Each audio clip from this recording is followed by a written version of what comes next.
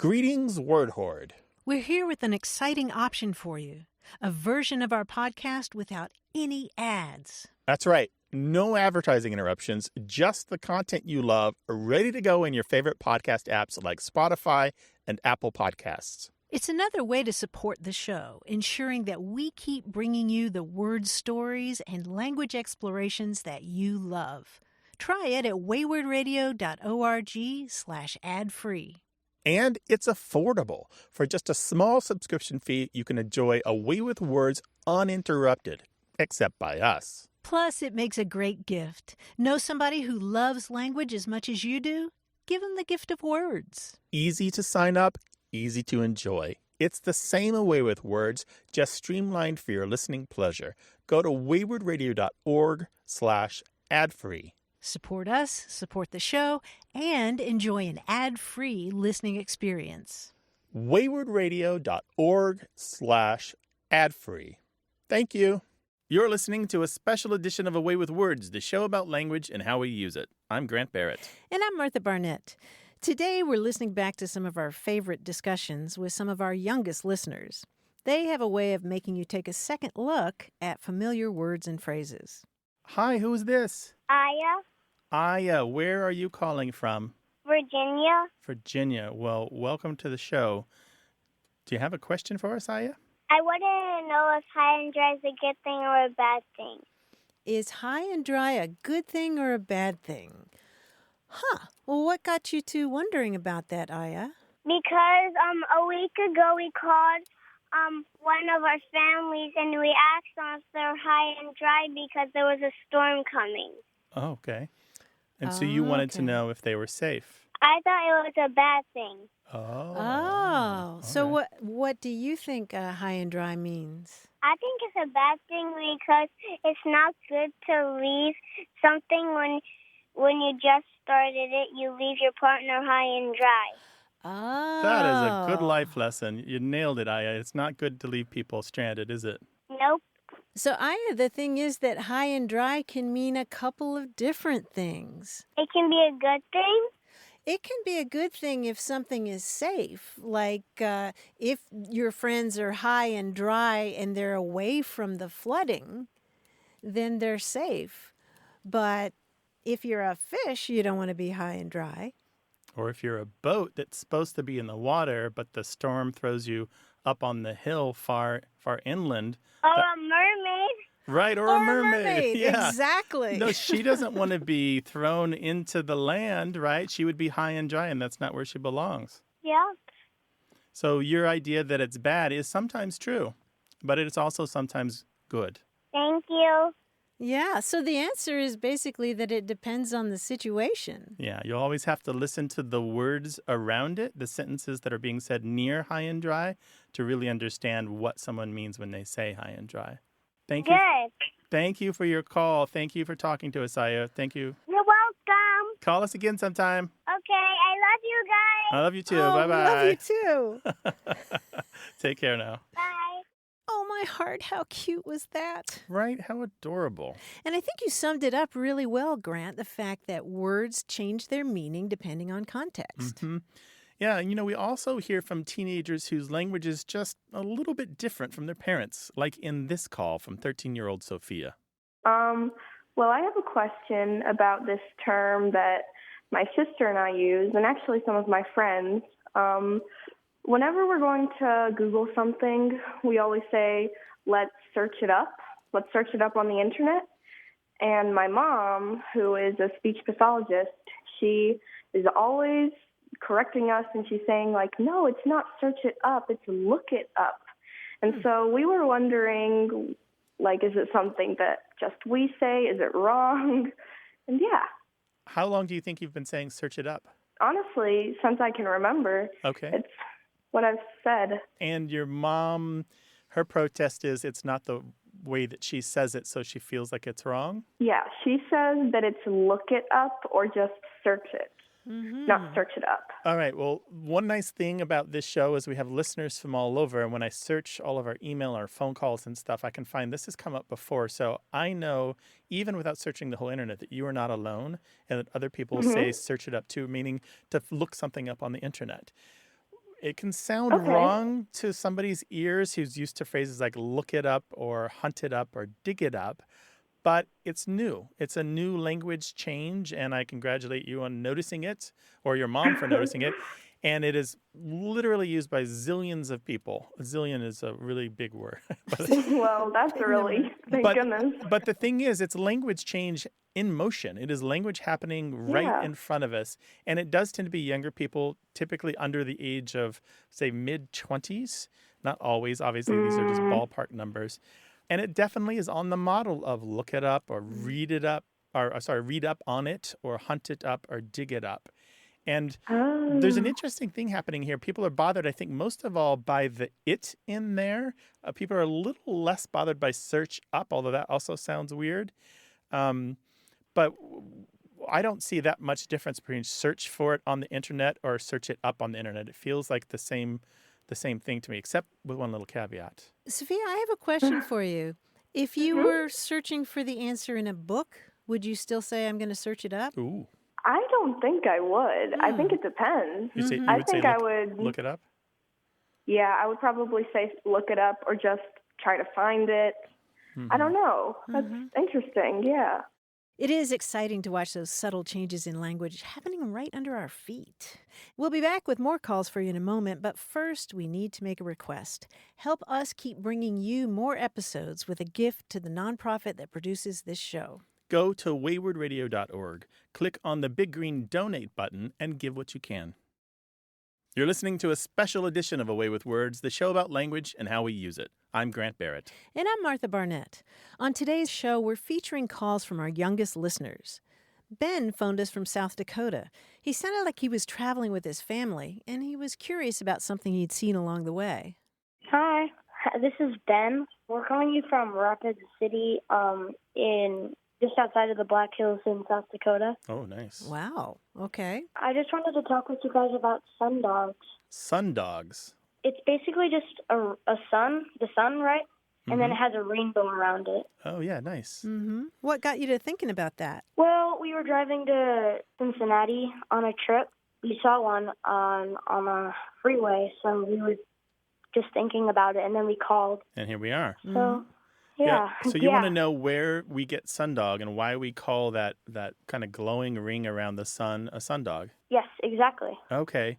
I've got good news and I've got bad news. The bad news is we don't really know why it's called the sundog. Oh. There's no really good theories. It goes back way into naval history, though. It's a term that's been used by sailors for a very long time in English. And there are other names for it, too. Some people call it a mock sun or a weather gall, Gall, or here's the fancy term for it, parhelion, which is Latin. Parhelion. Yeah, it means beside the sun. And so it only happens when the sun is at a certain point in the sky and there are ice crystals at a certain altitude, so the sun can kind of bounce through them and then come to our eyes at a certain, of course, very specific conditions. There's a slang dictionary from 1890 that called it a phantasmic mirage, which I think is a great way to describe a sundog. It goes back to at least the 17th century, so that's hundreds of years. And in some parts of the United States, including Illinois and Maryland, folklore tradition has it that if you see a sundog, it can tell you a little bit about the weather that's going to come. So, for example, on Smith Island, Maryland, some people have believed that it will bring easterly winds, cool temperatures, and fewer crabs in the crab harvest. Oh, wow. Yeah, it's pretty cool, right? So it's kind of like an omen? Yeah, an omen, almost. Exactly right. Yeah. In that area? Yeah, exactly. The only thing that I can imagine that would explain why it's called a dog is because it goes along with the sun, you know? Oh, like a dog follows you behind at your heel? Yeah, a smaller... Oh, yeah. Maybe. a smaller version, but nobody really knows, as Grant said. Yeah, unfortunately, nobody really knows. Mm-hmm. Yeah, it's frustrating when you have to do all that research and then you finally have to concede its origin unknown. Yeah, that happens a lot. But you gotta love all those other terms for this: parhelion, mock sun, phantasmic mirage. And I also love the idea of Ben and his family riding along and then wondering about the origin of the word. Yeah, a lot of kids end up calling the show after one of those family discussions around the table, don't they? Do you remember Pearl? Yeah, they were having that family dispute about the pronunciation of a certain savory word. The other night at dinner, my mom was making something, and she said, I'm using turmeric, and I always heard it turmeric, so I said she was wrong, and I was wondering what it actually is. So clarify for us. Your mom says, Turmeric. and you say, Turmeric. turmeric. Oh, interesting. And what was she cooking? I don't know. It was something with, like, kale and turmeric and chickpeas.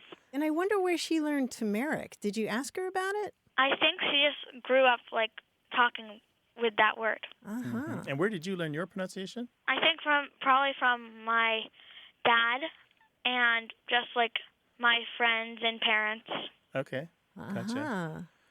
Well, Grant and I are both very interested in how your mom came up with that pronunciation because yours is among the correct ones. Yeah, and there are many pronunciations for the word, but turmeric isn't one that's recorded in any dictionary that I have. That's what I thought. Yeah.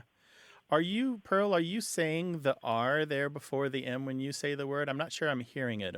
No, I don't think so. I think I'm just saying turmeric. Turmeric, because there is an R there that many people pronounce. Yeah, like turmeric. Yeah. Yeah. And if I'm looking at my dictionaries here, I count at least 6 pronunciations of this word. Mm-hmm. And are any of them turmeric? No, none of them turmeric. That's why we were wondering about how your mom learned that pronunciation, because she's putting the stress on the second syllable, and we just don't see that in any of the dictionaries. Yeah, usually people say it with the stress on the very first syllable, like you're saying it. Yeah. Yeah. Yeah, and sometimes that happens when people learn words from books Right. rather than hearing them from other people, which it sounds like you did, hearing it from your dad and from your friends. Yeah. Or maybe cooking shows. Do you watch cooking shows? Yeah, sometimes. Oh, you do? And I started asking people after my mom said that, how do you say it? And all of them said turmeric. Turmeric. I like that, a little field work. I appreciate that. You're going out there and being a scientist to figure this out. Yeah, well done, Pearl. So how are you going to talk with your mom about this? I think I'm just going to ask her where she has ever heard that. There we go. That's the right attitude. Instead of criticizing her, you're going to look for more information. I like that. Mm-hmm. Kale, chickpeas, and turmeric? Sounds healthy. And speaking of nutritional value... I knew that's where you were going to go with this. Yep, busted. So if you get intellectual sustenance from this show, please take a moment to go to our website and make a gift that will help us keep producing more episodes. Go to our website, waywardradio.org, click on the big green donate button, and chip in. You're listening to a special edition of A Way with Words, the show about language and how we use it. I'm Grant Barrett. And I'm Martha Barnett. Today, we're listening back to serious questions from young voices. We heard from Clementine in Omaha, Nebraska. She'd overheard her grandmother use a phrase, and it just didn't make sense to her given her own experience. Well, the other day I heard my grandma talking about a place, and she said it was run-of-the-mill, and I thought, I don't know why run-of-the-mill means ordinary and boring, because my parents have this friend, and he owns a mill, and when I was little, I used to run around in it, and it was really fun. What kind of mill is it? A flour mill. Clementine, that is an excellent question. Well, this term goes back to the world of manufacturing. You know, there are lots of different kinds of mills. For example, if you have a lumber mill and you're cutting up, say, 10,000 planks of wood, you're going to have some of those planks of wood that don't turn out as well as the other ones. Maybe they're discolored or they're broken or the wood had a hole in it. And so out of that group of products, you've got the whole group, the rejects and the good ones. It hasn't been inspected yet. And you refer to that as run-of-the-mill. So run-of-the-mill refers to products that haven't been gone through to inspect their quality. Or maybe like from a textile mill that's making, say, sheets and pillowcases. Maybe you're going to have some stitching that's off, or they just cut the cloth wrong.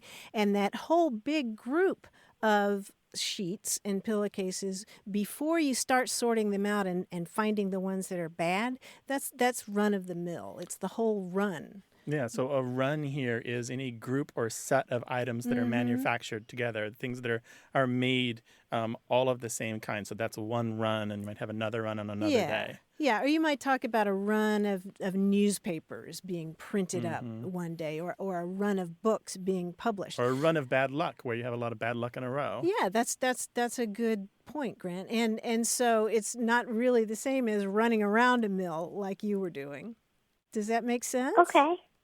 Yeah. Well, Clementine, I'm super happy that you called us to ask about your language question. Do me a favor and call us anytime you have another language question, all right? Okay. And we really... Thank you. You're welcome. Right. Bye-bye. Bye-bye. Bye. Oh, how sweet was that? I know, right? Well, sometimes when kids call with a simple question about a word origin, they get an answer that's nothing less than epic. Hi, this is Lael Taylor from Harlan, Iowa. Well, hello, Lael. How are you? Welcome to the show. One day my family and I were baking, and we were using cream of tartar.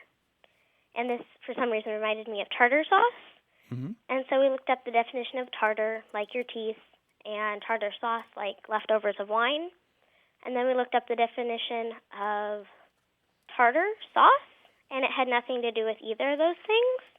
So I was wondering how tartar sauce got its name.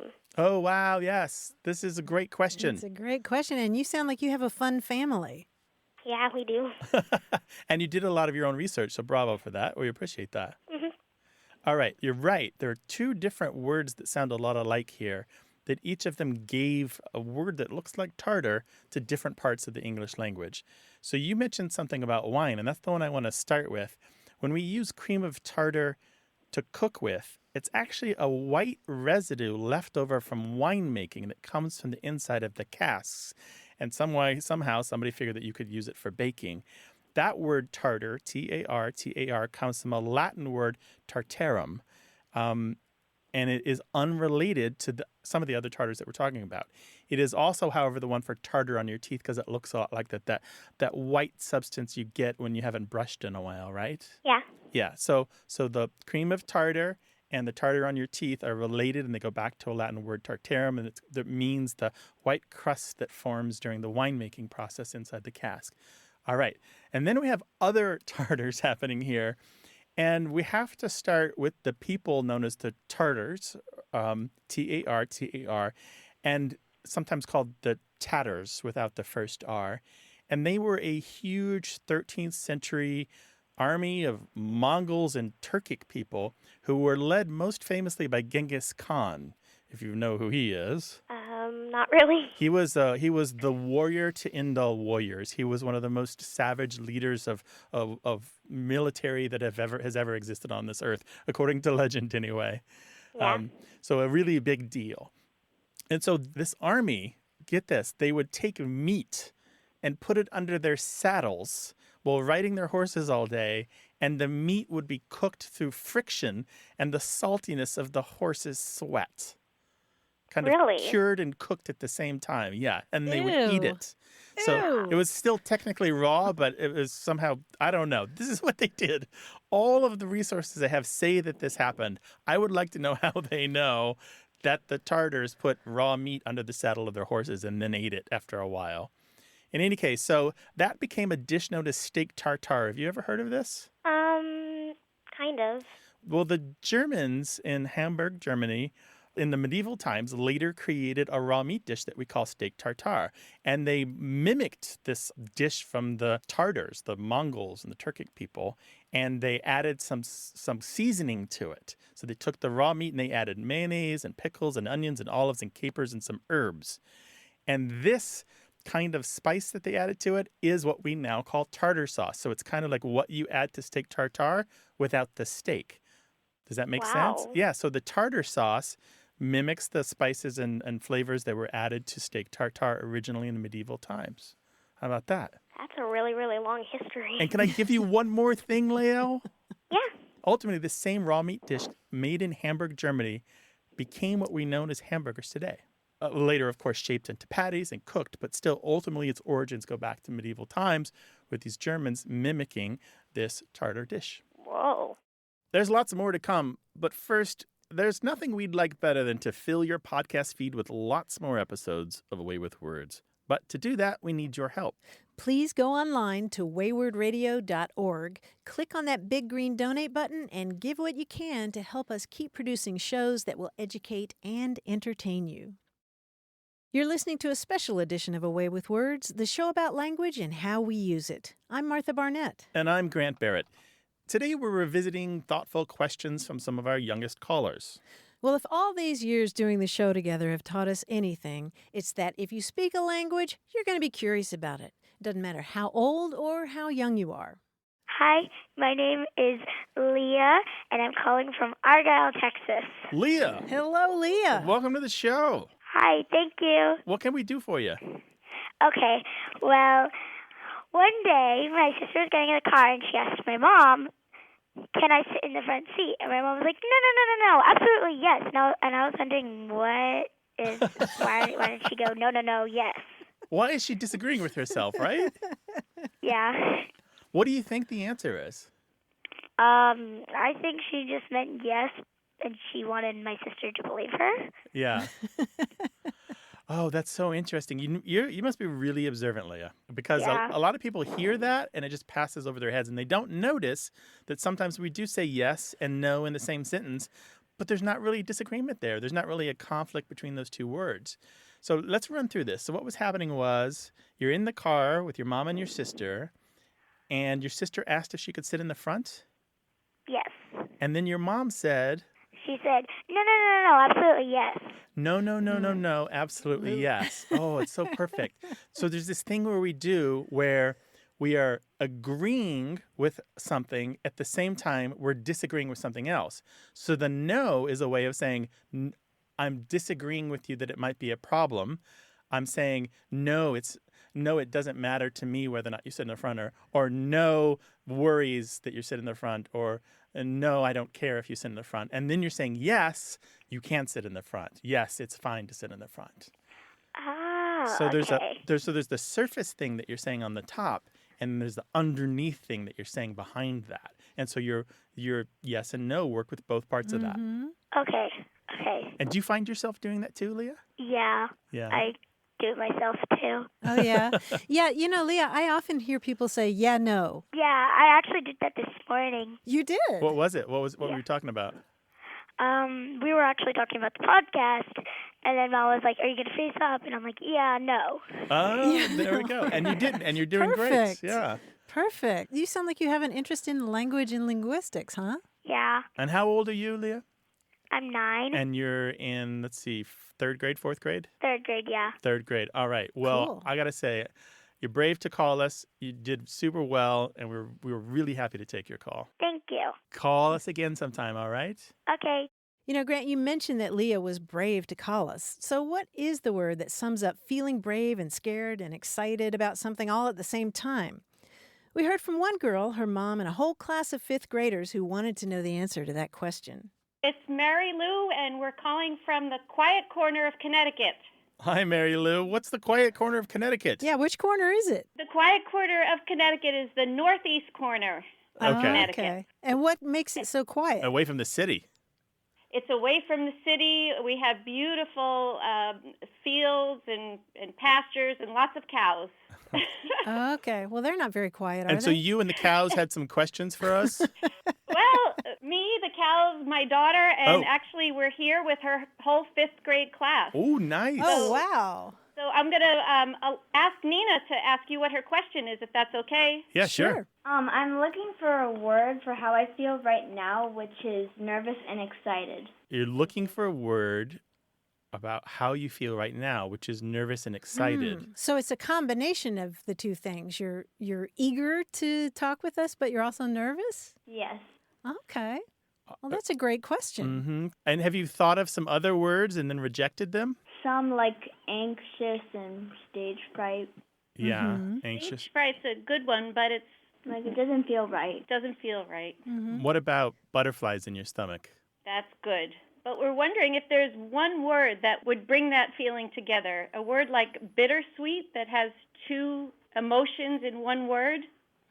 Two different elements. So what you're talking about is the feeling that you get when you really want to do something, but you sort of don't want to do something. Is Yeah. that the idea? Yeah. Yes. And so worked up isn't quite right because you're more than just worked up. You're worked up, but also cautious. And anxious really is more negative. It doesn't capture the positive part of it, which is that you really want to do it, but part of you is rebelling. Exactly. Mm-hmm. And so you wouldn't be happy with the phrase like butterflies in your stomach. You just want something briefer. Something briefer, so when something happens and we have that feeling, we can just say, I'm blank. Oh, I'm We always blank. come up with a blank. yeah, Oh, man, this is a tough one. it is. You know what? This is kind of a silly thing, and it's not one word, but my Aunt Mazo in the hills of North Carolina, when she was talking about somebody who was both excited and anxious, would say, he was like a worm in hot ashes. And I thought that was just her phrase, but I Yeah. looked it up, and it's actually in the Dictionary of American Regional English. Hot ashes means excited and anxious. That's interesting. So maybe I'm hot-ashed? I don't. You reminded me for some reason of words like Twitter-pated. I was thinking of that too, But actually. Twitter-pated is more about frantic and Yeah, being excited. silly. Silly, yeah. Yeah, I Isn't think. Twitter-pated being in love? Isn't that from Bambi? It is Good in Bambi, memory. yeah. It's not Good only memory, for being yeah. in love, but in Bambi it was used that way. Yeah, I think what we're figuring out here is that there's a hole in our language that you all lexical have gap. pinpointed. So maybe we need some help coming up with a word. So what's the word that you would use, listener, for being excited to do something, but also nervous about it? And Mary Lou and Nina, we will let you know. Thank all right? you so much. And hi to the class. Yeah, hi, class. Hi. I have a fifth grader at home. They sound exactly like him. Well, you did have a fifth grader at home back when we recorded that call. That's right. But he's a sixth grader now. He just turned 12. And I I can't know. believe it. He's giant. He just passed his mama in height. Oh, my gosh. Well, we're still looking for that good word that sums up the feeling of being excited to do something but still being nervous about it. So if you think of one, send it along. And here's one more thing you can be excited about: the opportunity to make a difference. For us to keep producing more episodes of the show, we need your help. Please take a moment right now, go to waywardradio.org, click on the big green donate button, and chip in. Thank you.